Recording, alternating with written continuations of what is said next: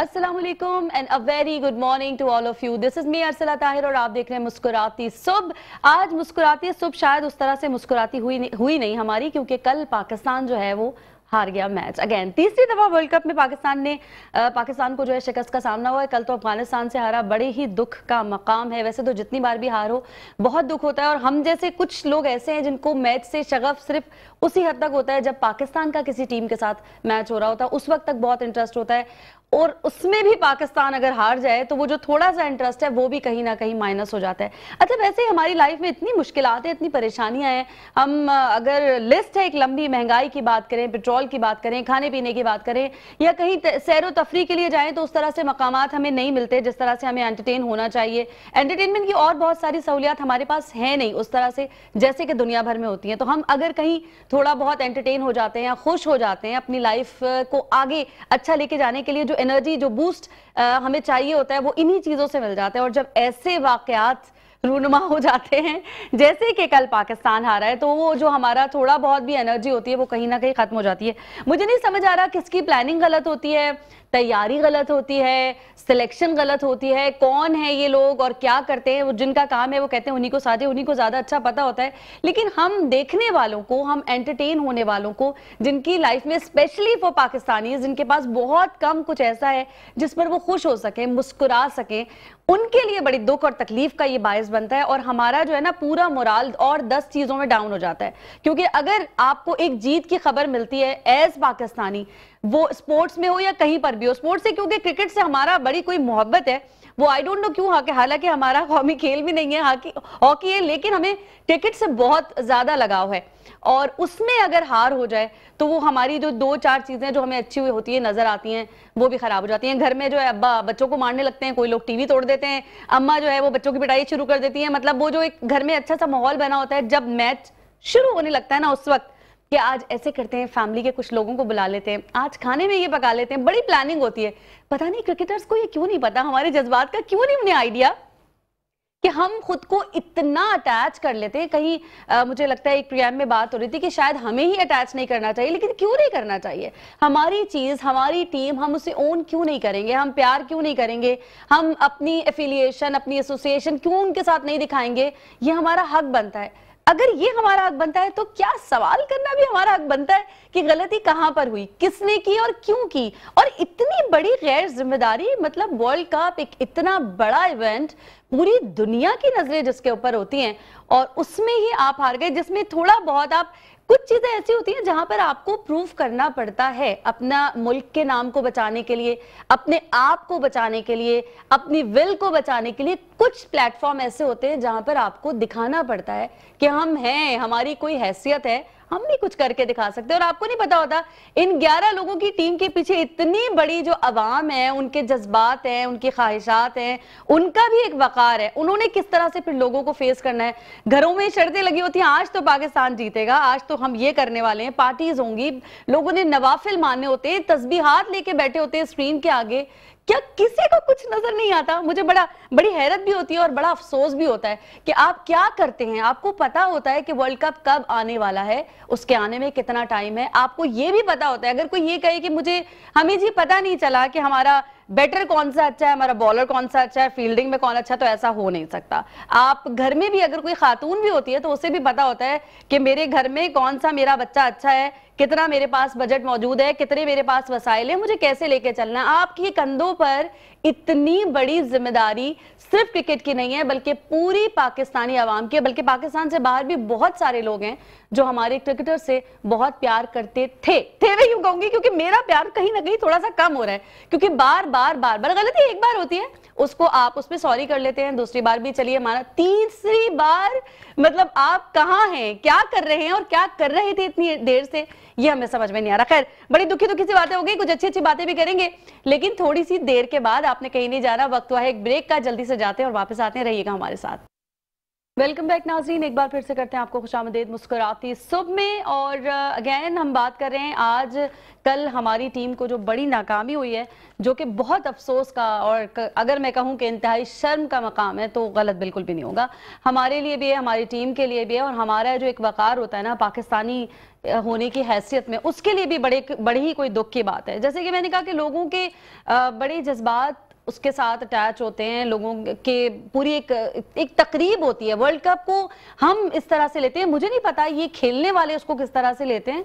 हमारे यहाँ जो घरों में लोग होते हैं, जो देखने वाले होते हैं, जो शायकीन होते हैं, उनके लिए एक इंतजार का आलम होता है कि वर्ल्ड कप आने वाला है। उसके लिए प्लानिंग हो रही होती हैं, उसके लिए दुआएं हो रही होती हैं, उसके लिए इतना कुछ हो रहा होता है। लेकिन ये जो प्लानिंग हम तो कहेंगे ना बहुत छोटे पैमाने पर सिर्फ अपने घरों में वो तैयारियां कर रहे होते हैं, जिनको कुछ करना नहीं है। लेकिन जिनको जाके मैदान फेस करना है, जिनको जाकर प्लेग्राउंड में खेलना है, जिनको खुद को प्रूव करना है, उनकी क्या तैयारी होती है, वो किस तरह से तैयारी करते भी हैं या नहीं करते, और करते हैं तो भाई ये क्या तैयारी थी, ये कौन सी तैयारी थी, आप कहां थे, आप सो रहे थे, आपको पता नहीं था, आप खेलना ही नहीं चाहते थे, आपको जबरदस्ती भेजा गया है। अगर आपके साथ आपके कोई रिजर्वेशन थी, किसी के साथ कोई सेहत के मामला थे, किसी के साथ कोई अपनी पर्सनल चीजें थी, तो आपको बहुत सारा टाइम मिलता है उन सारी चीजों को सॉर्ट आउट करने के लिए। हाँ, अगर आप लेते ही गैर जिम्मेदाराना तरीके से, आपके नजदीक उसकी इंपॉर्टेंस ही नहीं है, तो फिर आपके लिए तो कोई चीज ही नहीं है ना। आप फिर आपको कितनी भी बड़ा काम दे दिया जाए, आपके अंदर वो सोच ही नहीं है कि मुझे करना है, मेरे ऊपर जिम्मेदारी है। तो ये जिम्मेदारी तभी आती है जब आप चीजों को ओन करते हैं, और ये जब आप ओन करते हैं ना, तो ये जिम्मेदारी आपकी प्लेग्राउंड पे नजर आती है। जो प्रैक्टिकल करने का वक्त होता है, उस वक्त नजर आता है कि आपने कितनी जिम्मेदारी ली है। अवाम अगर नाराज हो जाए तो कहते हैं जी बड़ी गलत बात है, आपने हार को तस्लीम करना चाहिए। खुश हो जाए, अगर जीतने पर खुश हो जाए तो आप कहते हैं बहुत ज्यादा खुश हो गए, इतनी ज्यादा अप्रिसिएशन की भी जरूरत नहीं है। तो खैर, ऐसी बहुत सारी बातों के सवाल हमारे साथ इस वक्त ऑन कॉल मेहमान होंगे रियाजुद्दीन, जो कि क्रिकेट एनालिस्ट हैं। उनसे हम जरूर बात करेंगे कि क्या हो गया ये। अस्सलाम वालेकुम, आप हमें सुन सकते हैं रियाजुद्दीन साहब? सलाम, बिल्कुल सुन सकता हूँ जी। क्या हो गया ये एक और हार? जी, बिस्मिल्लाहिर्रहमानिर्रहीम, बहुत शुक्रिया। देखें, मैं बात यहाँ से शुरू करूँगा कि हमारे माशरे की इखलाकी अक़दार जो हैं वो कोलैप्स कर गई हैं, और ज़िंदगी के मुख्तलिफ शोबों में उसका रिफ्लेक्शन है। और ज़िंदगी का और कोई शोबा और कोई डिपार्टमेंट, और चाहे वो खेल का हो, वो उससे बाहर नहीं है। सिलसिला ये है कि देखें, जब आपकी नीयतें साफ नहीं होंगी, आप जो है पसंद और नापसंद पे चलेंगे, मेरिट को आप फौकियत नहीं देंगे, तो मतलब होगा यही जो हुआ है।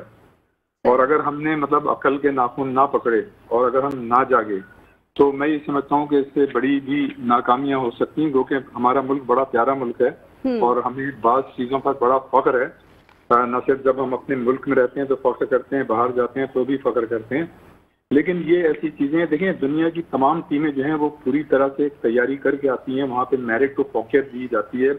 आपने देखा होगा कि जिस तरह से भारत की परफॉर्मेंस थी, न्यूजीलैंड की थी, और जनूबी अफ्रीका ने जिस तरह से परफॉर्मेंस दी, तो उनकी बॉडी लैंग्वेज नज़र आती थी, उनका एग्रेशन नज़र आता था, उनकी फिजिकल फिटनेस नज़र आती थी, उनकी मेंटल टफनेस लेवल नज़र आती थी।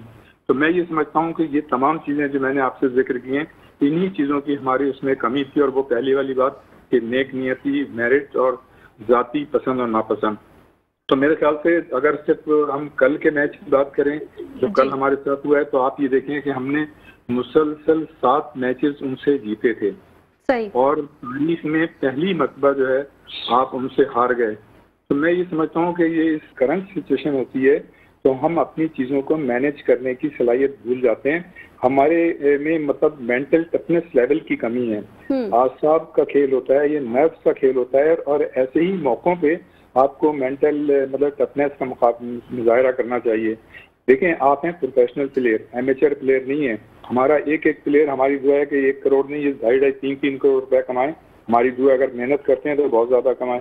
लेकिन ये लोग प्रोफेशनल प्लेयर हैं, ये 1-1, 1.5 करोड़ रुपया महीना कमाते हैं। इनसे पूछा जा सकता है, ये हमारे टैक्सेस से मतलब ये इनको पैसा मिलता है। बिल्कुल, तो मेरे ख्याल हमारा पैसा ही है। बिल्कुल। तो हम इनसे पूछ सकते हैं, न्यूजीलैंड की टीम का, जनूबी अफ्रीका की टीम का, इवन अफगानिस्तान की टीम को आप देखें, हम इसकी मिसाल देंगे कि वो कितने मतलब उनकी मेंटल मतलब स्टेबिलिटी और उनकी प्रोफेशनल अप्रोच देखें, उनका एग्रेशन देखें, उनकी बॉडी लैंग्वेज देखें। हम भी तो इसी दुनिया में रह रहे हैं, हम भी तो जदीद तकाज़ों को मद्देनजर रख के अपनी तैयारी कर रहे थे, हमने क्या किया है। लेकिन बात यही आती है कि जब आपकी नीयतें सही नहीं होंगी, आप जाती और पसंद नापसंद पे आप मतलब फोकस करेंगे, तो फिर उसके नताइज यही होते हैं। सॉरी टू से, विद ऑल ड्यू रिस्पेक्ट, हो सकता है मेरी बात सख्त हो, लेकिन जो हर बार वे इख्तियार जो क्रिकेट के हैं उनको ये सोचना चाहिए। लेकिन वही मेरी पहले वाली बात की, हमारे माशरे की इखलाकी अहदाफ जो हैं वो कोलैप्स कर गई हैं और जिंदगी मुख्तलिफ शोबों में उसका एक दिन जो है इतनी अच्छी परफॉर्मेंस पेश करती है, इतनी मुश्किल टीम को हराती है कि अर्श पे पहुंच जाती है, और एक दिन जो है छोटी टीम से हार के फर्श पे आ जाती है। तो ये जो अप्रोच है ना, हमारी टीम की परफॉर्मेंस में कभी भी कंसिस्टेंसी नहीं रही है, हमेशा से अनप्रेडिक्टेबल रही है। और ये चीज़ जो है किसी भी शख्स के लिए, किसी भी कौम के लिए मेरे ख्याल से मुनासिब नहीं होती। और ये सोचना चाहिए, हम लोग तो बहुत अरसे सोच रहे हैं लेकिन हम अपना अदब जो है हासिल नहीं कर पा रहे हैं। अल्लाह ताला बेहतर करे आगे के लिए। सही। रियाजुद्दीन साहब, आप लाइन पर ही रहिएगा, हमें ज्वाइन किया है लाइन पर प्रोफेसर हसन जावेद ने, जो कि हैं क्रिकेट एनालिस्ट। अस्सलाम वालेकुम। सलाम जी, कैसे हैं आप प्रोफेसर साहब? ठीक ठाक, अल्लाह का बहुत शुक्र जनाब। अच्छा, आप ठीक हैं? हैरत की बात है, कल पाकिस्तान हार गया, मैं समझी आप कहते हैं बाबा बहुत दुखी हूँ। नहीं, मैं दुखी नहीं हूँ, और मैं इसकी डिटेल कुछ इस तरीके से पेश करना चाहूंगा। बिस्मिल्लाहिर्रहमानिर्रहीम। सबसे पहले मैं एक जुमला कहूंगा जिससे मेरी कौम जो है उनकी अजियत खत्म हो जाए और वो सुकून के सांस ले सकें। वो जुमला मेरा ये है कि देखिए, हम लोग फुटबॉल का भी वर्ल्ड कप देखते हैं जब फीफा ऑर्गेनाइज करता है, तो उसमें क्या पाकिस्तान की क्रिकेट टीम खेलती है? नहीं। इसका जवाब है नहीं जी। लेकिन हमारी कौम जो है वो उसमें भी प्रोजेक्टर लगा रही होती है बड़े बड़े, और उसके अलावा लोग खुश होते हैं भाई ईरान अमेरिका का मैच चल रहा है या कुछ और, तो वहां पे हम गेम को एंजॉय करते हैं कि भाई लायनल मेसी ने क्या गोल लगाया या क्रिस्टियानो रोनाल्डो ने किस तरह के गोल लगाए। तो आप बराए मेहरबानी जो है वो इस तरह आपको अपनी अप्रोच रखनी पड़ेगी, जहनी अजियत से बचने के लिए रखनी पड़ेगी ना, अभी है नहीं, बहुत मैं आपको बहुत जिम्मेदारी से जुमला कह रहा हूँ कि रखनी पड़ेगी अब इस जहनी अजियत से बचने के लिए। क्योंकि स्पोर्ट शो जो कि हमारा एक होता है, वर्ल्ड कप हमारा है डॉक्टर बुलंद साहब की पैट्रोनेजिंग में, तो उसमें हमारे ही एक साथी हैं, उन्होंने कोई तस्वीर मोबाइल फोन पर दिखलाई थी, और उस तस्वीर में बाकायदा कैमरा ने भी आपके जूम किया था कि पाकिस्तान क्रिकेट बोर्ड के चेयरमैन वहां तशरीफ ले गए इंडिया के मैच से पहले। तो उससे पहले तो पाकिस्तान दोनों मैच जीत गया था और उसके बाद पाकिस्तान तीनों मैच आगे हार गया। तो 1999 वर्ल्ड कप में जब हम फाइनल हारे थे तो जस्टिस बाकिर नजफी की एक रिपोर्ट मंजर आम पे आई थी, लेकिन क्या उस रिपोर्ट के ऊपर कोई अमल दरामद हुआ? तो इसका जवाब है नहीं। इसी तरीके से अगर आप मजीद आगे की जानिब गो अहेड करें तो आप देख सकते हैं कि कोई भी इब्तदाई केस अगर सिटी कोर्ट में है तो फिर हाई कोर्ट में जाएगा, हाई कोर्ट से सुप्रीम कोर्ट में जाता है, लेकिन उसके बाद जो है वो फाइनली उस केस के ऊपर क्या इन्फ्लुएंस होते हैं या नहीं, तो इन बातों को हमें समझना होगा। इस वक्त पूरी दुनिया में इसराइल और हमास के दरमियान एक जंग सी छिड़ी हुई है। अमेरिका भी अपने बहरी बेड़े लेकर आ गया है, आइवन हॉर्न्स, और उस तरह से चाइना भी वॉरशिप लेकर आ गया ईरान की साइड के ऊपर। कोई अमेरिका के साथ खड़े हो रहे हैं, कोई चाइना ईरान के साथ खड़े हो रहे हैं, लेकिन इस पूरे कॉन्फ्लिक्ट के अंदर अगर आप वॉशिंगटन पोस्ट की रिपोर्ट देख लीजिए, द जेरूशलम टाइम की रिपोर्ट देख लें, न्यूयॉर्क टाइम्स की रिपोर्ट आप देख लीजिए, तो उसमें हमारे मुल्क पाकिस्तान का कहीं भी जिक्र नहीं आ रहा, जिन्हें हम कहते हैं कि वाहिद इस्लामी एटमी कुव्वत है। तो जिस तरीके से मेरे मोहतरम ने अभी अपने एनालिसिस पेश किए कि जिंदगी के हर शोबे में हमारे अप्रोचेस, हमारे माइंडसेट, हमारी डिवाइजिंग स्ट्रेटजीज का बड़ा अमल दखल होता है, तो वो क्रिकेट की दुनिया में भी नजर आ रहा है। लिहाजा मैंने अपनी कौम से दरख्वास्त की कि आप फुटबॉल वर्ल्ड कप जैसे एंजॉय करते हैं, आप क्रिकेट वर्ल्ड कप भी एंजॉय करें, ताकि आप इस जहनी अजियत, डिप्रेशन और एंजाइटी से बाहर निकल सकें। क्या पाकिस्तानियों ने अर्जेंटीना का जो फाइनल मैच हुआ था अगेंस्ट फ्रांस, उसको एंजॉय नहीं किया? बिल्कुल एंजॉय किया। क्या हमारी टीमें खेल रही थी? नहीं। तो थोड़ा सा अपने आप को, जब तक हम एंटायरली, लेकिन हम कहते हैं कि it is no use to crying over split milk, कि अब पछताने से कोई फायदा नहीं है। रसूल करीम सल्लल्लाहु अलैहि वसल्लम की ये हदीस है कि तुम हालत अमन में हालत जंग की तैयारी करो। तो जब हालत अमन था तो उसमें हालत जंग की तैयारी, ये हदीस जिंदगी के हर शोबे में फिट है। बिल्कुल ऐसा ही है। यानी तुम बुढ़ापे से पहले जवानी में बुढ़ापे की तैयारी करो। राइट। ये जिंदगी के हर शोबे में फिट है हमारे लिए। तो यहाँ पे हमने कौन सी तैयारी की थी भाई? हम हर बार इसी चीज का रोना रो रहे हैं। हाँ, मैं रियाज भाई बड़े मेरे रिस्पेक्ट हैं, डेयर हैं, बहुत सीनियर हैं। एक चीज पे मैं जरूर रियाज भाई से कहना चाहूंगा कि as he describe like the next 4 games we have to win by hook or by crook, and there is no more chance if we want to make Pakistani flag waves in India. And I'll simply say him, it is easy to talk with the people who are listening, all of us, but it is difficult for the people and the audience who can be brought around by this statement. मैं सिर्फ यही कहूंगा कि अब ये कहना और सोचना बेशक बहुत आसान है, और मैं एज अ मुसलमान दुआ जरूर करूंगा अपनी टीम के लिए। कल भी मैंने कई बार दुआ की, आज भी की, लेकिन सवाल ये पैदा होता है कि एक चीज के इन्नमल अमालो बिन्नियात के हर अमल का दारोमदार नियतों पर है। मोहम्मद आमिर क्यों नहीं गए इस टीम के साथ? उसके अलावा और भी बहुत से ऐसे खिलाड़ी माजी में रहे, अनवर अली हैं और भी हैं। तो मैंने कहा ना कि मैं इन चीजों के ऊपर मैं लकीर नहीं पीटूंगा बैठकर कि ये क्यों नहीं गए या वो क्यों नहीं गए। मैंने इसका हल बता दिया अपनी कौम के लिए कि आपको इस तरह सोचना होगा, और मैंने ये बात भी बता दी कि अगर अमेरिका, बरतानिया, इटली, जापान, ऑस्ट्रेलिया ये इस वक्त इसराइल के साथ खड़े हैं, तो इसी तरीके से ईरान के साथ उनकी जो प्रॉक्सी है, हजबुल्ला है, हमास है, फातमी ब्रिगेड है, इराकी मलेशिया है, अल-कस्साम ब्रिगेड हमास की है, ये लोग खड़े हुए हैं। इसी तरह रूस आ गया है। मैं आपको बहुत बड़ी खबर ये दे रहा हूँ, मुझे नहीं पता पाकिस्तानी मीडिया पे रन कर रही है नहीं कर रही, मैं अल जजीरा टीवी कल रात सुन रहा था, तो उसमें बताया गया है कि शाम में एक रूसी जो है वो फौजी अड्डा है, और वहां पे इस वक्त ईरान के तैयारे उतर रहे हैं जो कि आगे जो है वो लॉजिस्टिक फराहम कर रहे हैं अपनी प्रॉक्सी मलेशियाज को, हाँ वो हजबुल्ला है या हमास है। इस मीन के ईरान की साइड पे चाइना भी आ गया, रूस भी आ गया, सऊदी अरब भी आ गया, यमन भी आ गया, शाम भी आ गया। सारी दुनिया में इस वक्त सब बंदी हो रही है। तो मेरा जो ये इस्लामी एटमी कुव्वत है, इसे क्यों नहीं कंसीडर किया जा रहा? इस सवाल का जवाब सोचें सारे। सही, ठीक हो गया, ठीक हो गया।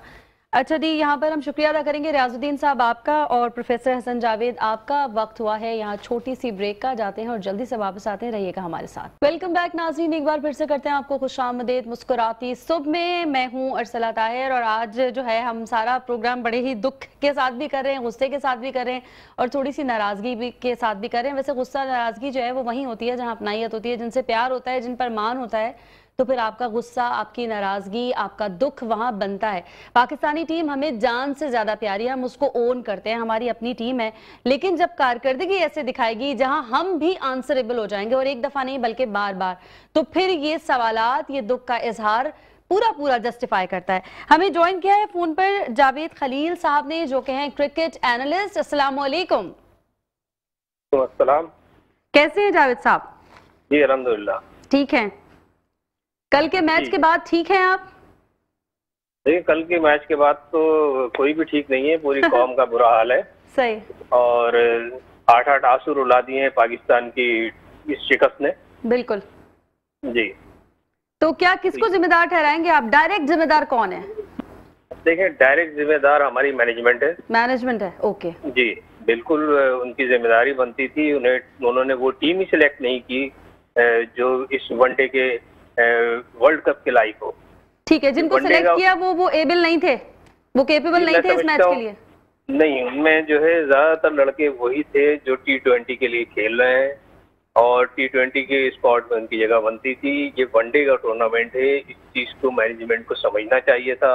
ना जाने क्यों उन्होंने इस बात को जो है नहीं समझा, क्या वजूहत थी और मैनेजमेंट के ऊपर क्या दबाव था, ये समझ से बाला तर है। तो ये कौन पूछेगा जावेद साहब? किससे किया जाएगा ये सवाल? हम जैसी आवाम को, जिन्हें कुछ नहीं पता, हमें बहुत ज्यादा चीजें तो जाहिर नहीं पता होंगी ना, हमें तो सिर्फ इससे, हमारा कंसर्न सिर्फ इससे कि पाकिस्तानी टीम खेल रही है और उसको जीतना चाहिए, हम सिर्फ इतना जानते हैं। जी आप बिल्कुल सही कह रही हैं। कि किसी भी कौम की तरफ से जब नुमाइंदगी की जा रही होती है तो कौम यही चाहती है कि उनके नुमाइंदे जो है वो हर मैदान में सुरखरू हों। अब जिस तरह से यहाँ क्रिकेट में आपने बात की कि किसकी जिम्मेदारी है, कैसे पता लगेगा, तो इससे कौम में किसी इदारे में कभी किसी का एहतसाब नहीं होगा। यही वजह है कि आज हमारे मुल्क की यही हालत है और हर इदारे की इसी तरह से हालत है। जिस तरह से क्रिकेट बोर्ड के अंदर सियासी भर्तियां होती हैं वो क्रिकेट बोर्ड को बहुत ज़्यादा नुकसान पहुंचाती हैं। किसी भी दुनिया के क्रिकेट बोर्ड के अंदर आज तक ऐसा देखने में नहीं आया कि 4-6 महीने के अंदर आपके 3 चेयरमैन तब्दील हो गए हों। तो यहाँ सारी जिम्मेदारी जो है वज़ीर आज़म हाउस पर भी आती है, जो पैटर्न इन चीफ होते हैं। लेकिन यहाँ देखना पड़ेगा कि जिस तरह से क्रिकेट जो है वो एक अलग बोर्ड है, तो इसको खुद मुख्तार बनाना पड़ेगा हमें। ये कब बनेगा ये समझ नहीं आता।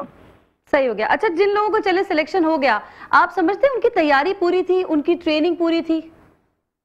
देखिए, तैयारी और ट्रेनिंग जो है ये वर्ल्ड कप है, इसके लिए जो है पहले से की जाती है।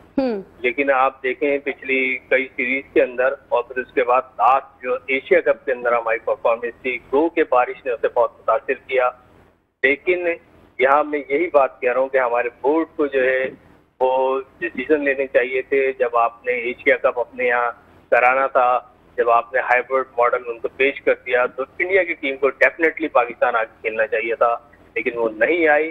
तो ऐसी सूरत में बड़े बड़े नाकिद यही कह रहे थे, क्रिकेट के बादशाहगर यही कह रहे थे कि भाई पाकिस्तान की टीम को भी जो है वर्ल्ड कप के अंदर नहीं जाना चाहिए था। एक बार पाकिस्तान की टीम नहीं जाती तो दुनिया खुद महसूस करती कि इस वर्ल्ड कप के अंदर जो चार्म था पाकिस्तान, इंडिया और उसके जितने रिवायती हरीफ हैं, फिर उन्हें अंदाजा होता कि बहुत बड़ी गलती की इंडिया ने पाकिस्तान में एशिया कप में हिस्सा ना लेकर, और उसके बाद पाकिस्तान अगर नहीं जाता तो वो इसको रियलाइज करते। ये आपको लगता है आवाम को ये भी डाइजेस्ट हो जाता इतनी आसानी से? देखिए, आवाम तो डाइजेस्ट करना पड़ता है ना, जबरदस्ती आवाम से कराया जाता है। यहाँ तो जैसे अभी दिलों ने मारा हुआ है और ये कौम जो है मुख्तलिफ तरह से सताई हुई है। इस कौम के बारे में कोई नहीं सोच रहा। सही, बिल्कुल सही है। काश सोच रहे होते तो अभी हम इस तरह दुखी वाला हर जगह जो है दुख का माहौल नहीं होता। खैर, अभी क्या पोजीशन देख रहे हैं पाकिस्तानी टीम की?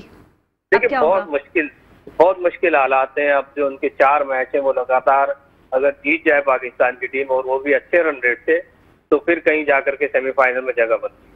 अभी आपका जी अच्छा, रियाजुद्दीन साहब तो कह रहे थे कुछ है जगह अभी। जी, मैं यही कह रहा हूँ ना कि जगह तो बन जाएगी, लेकिन आपको बहुत ज्यादा स्ट्रगल करना पड़ेगी। आपके आगे जो है बड़ी मजबूत टीमें हैं। अभी इंग्लैंड है, साउथ अफ्रीका है, न्यूजीलैंड है। सिर्फ एक टीम जो ले करके बांग्लादेश, जिसे आप समझ लें कि अफगानिस्तान थोड़ा लेवल कम है, लेकिन जब वो भी करने पे आते हैं, माजी में वो भी शिकस्त दे चुके हैं पाकिस्तान को, और किस तरह शिकस्त खाई थी पाकिस्तान ने वो भी लोगों को याद होगा। सही है, हम इंतजार कर लें सरप्राइज का, क्योंकि पाकिस्तानी टीम अक्सर सरप्राइज दे देती है ना, कभी हार कर कभी जीत कर। जी बिल्कुल सही कह रही हैं आप, लेकिन जब भी सरप्राइज मिला है तो हमें वो रमजान के महीने में मिला है। 1992 का वर्ल्ड कप हमने जीता तो रमजान का महीना था, कौम की दुआएं रंग लाई, पाकिस्तान जो वर्ल्ड कप ले आया। उसके बाद चैंपियंस ट्रॉफी के अंदर अगर हम देखें सरफराज की क़यादत में 2017 में, उस वक्त भी रमजान का महीना था, माँ बहनों की और कौम की दुआएं रंग लाई, हम वो चैंपियंस ट्रॉफी भी अपने यहाँ ले आए। लेकिन यही सारी सूरत हाल हर वक्त नहीं रहती है। इस वक्त जो रमजान का महीना नहीं है, बिल्कुल दुआओं से काम नहीं चलेगा। जो टीम की नुमाइंदगी कर रहे हैं, हर एक खिलाड़ी को अपना किरदार अदा करना पड़ेगा, फिर कहीं जाकर के हम इस वर्ल्ड कप में अपनी जगह को कायम रख सकेंगे। वरना ऐसे सरप्राइजेस मिलेंगे जैसा कल मिला है अफगानिस्तान की टीम के साथ, है ना? देखें, बिल्कुल अनएक्सपेक्टेड था। बिल्कुल भी कोई कौम का बंदा ये नहीं सोच रहा होगा कि हम अफगानिस्तान से हार जाएंगे। बिल्कुल असल में जी, पाकिस्तान की टीम ने बहुत इजी लिया अफगानिस्तान को और वही रवायती रन करने की कोशिश की। उन्होंने ये समझा कि 250-40 रन कर लेंगे तो वो आसानी से अफगानिस्तान की टीम को शिकस्त दे सकेंगे। लेकिन मैं यहाँ समझता हूँ कि वहाँ अफगानिस्तान की कोचिज ने बहुत अच्छा काम किया। अपने तमाम बैट्समैन को, गुरबाज को जिस तरीके से आप देखें कि उन्होंने कूल डाउन होकर के खेला है, उन्होंने मेरे ख्याल में एक दिन पहले विराट कोहली की वो बैटिंग जरूर दिखाई होगी अपने तमाम बैट्समैन को, कि देखें किस तरीके से जो है मैच को निकाल के ले जाते हैं। और हर ओवर के अंदर विराट कोहली जो है वो एक चौका छक्का लगाने के बाद एवरेज पे जब आ जाते थे फिर सिंगल डबल की तरफ जाते थे। इसी तरीके से कल जो है गुरबाज जो कि बहुत ज्यादा अटैकिंग क्रिकेट खेलते हैं दुनिया के हर मुल्क के खिलाफ, लेकिन कल बहुत ज्यादा कूल डाउन थे और उनकी जगह जो है उनके साथी ने जरदान ने ले ली थी और वो अटैकिंग क्रिकेट खेल रहे थे और गुरबाज थोड़ा सा जीरो डाउन थे और आहिस्ता आहिस्ता उन्होंने टीम को जो है स्टेबल किया, अपनी टीम को स्कोर को जो है आगे बढ़ाते रहे। जब 15 ओवर में 100 रन बन गए और उनकी कोई विकेट नहीं गिरी, फिर वहाँ मुझे पूरा यकीन हो चला था कि अब ये मैच पाकिस्तान के हाथ से निकल गया है। और कल शाम स्टूडियो के अंदर जो है मेडिकेम में वर्ल्ड कप हमारा प्रोग्राम में भी मैंने कहा था कि ये जो है बॉर्डर लाइन टारगेट दिया है पाकिस्तान की टीम ने और ये चेजेबल है और वो आसानी से चेस कर लिया अफगानिस्तान की टीम ने और यहाँ पाकिस्तान को शिकस्त हुई और पूरी कौम इसी शिकस्त की वजह से अफसरदा है। बिल्कुल उसका सोग ही मना रही है और पता नहीं कब तक हम इसका सोग मनाते रहेंगे। तैयारी अभी आपने कहा अफगानिस्तान की टीम को दिखाया गया होगा, उन्होंने तैयारी की पूरी। पाकिस्तानी अभी तो आप कह रहे सेलेक्ट नहीं किया सही से, लोग सही नहीं थे, ये T20 वाले लोग थे, इनको नहीं होना चाहिए था, बट जो थे उन्होंने, आपको नहीं लगता कि वो ही अपना 100% दे देते, तैयारी अच्छी कर लेते? जी मैंने आपसे यही कहा कि जो भी प्लेयर गए हुए हैं उन्हें अपना 100% नहीं 200% देना पड़ेगा। उनको आउट ऑफ द बॉक्स जाकर के सोचना पड़ेगा कि हमें क्या कारकर्दगी दिखानी है। बिल्कुल 2 दिन पहले जो है हमारे बॉलिंग फील्डिंग कोच कह रहे थे और मेन कोच कह रहे थे विकी आर्थर के हमने फील्डिंग पे बहुत ज्यादा तवज्जो दी है, 2 दिन तक जो है फील्डिंग की बड़ी अच्छी प्रैक्टिस की है। वो कल नजर आ गई हमें कि किस किस्म की फील्डिंग प्रैक्टिस की है और मुताबिक चौके जो है वो हमारी टीम को मिस फील्ड की वजह से उनकी टीम को हासिल हुई, अफगानिस्तान की टीम को। तो तकरीबन मैं समझता हूँ कि एक्स्ट्रा के अंदर जो है कोई 4 चौके ऐसे थे जो पाकिस्तान के फील्डर रोक सकते थे, वो 16 रन जो है वो उनको मिल गए इजाफी। और उसके अलावा पाकिस्तान ने जो है वो कल रन कम किए थे, मेरे ख्याल से 300 से ऊपर का जाना चाहिए था। ओके जी, thank you so very much Javed Khalil साहब, बहुत शुक्रिया, आपने इतना कीमती वक्त दिया। और नाज़रीन यहाँ वक्त तो एक छोटी सी ब्रेक का, रहिएगा हमारे साथ।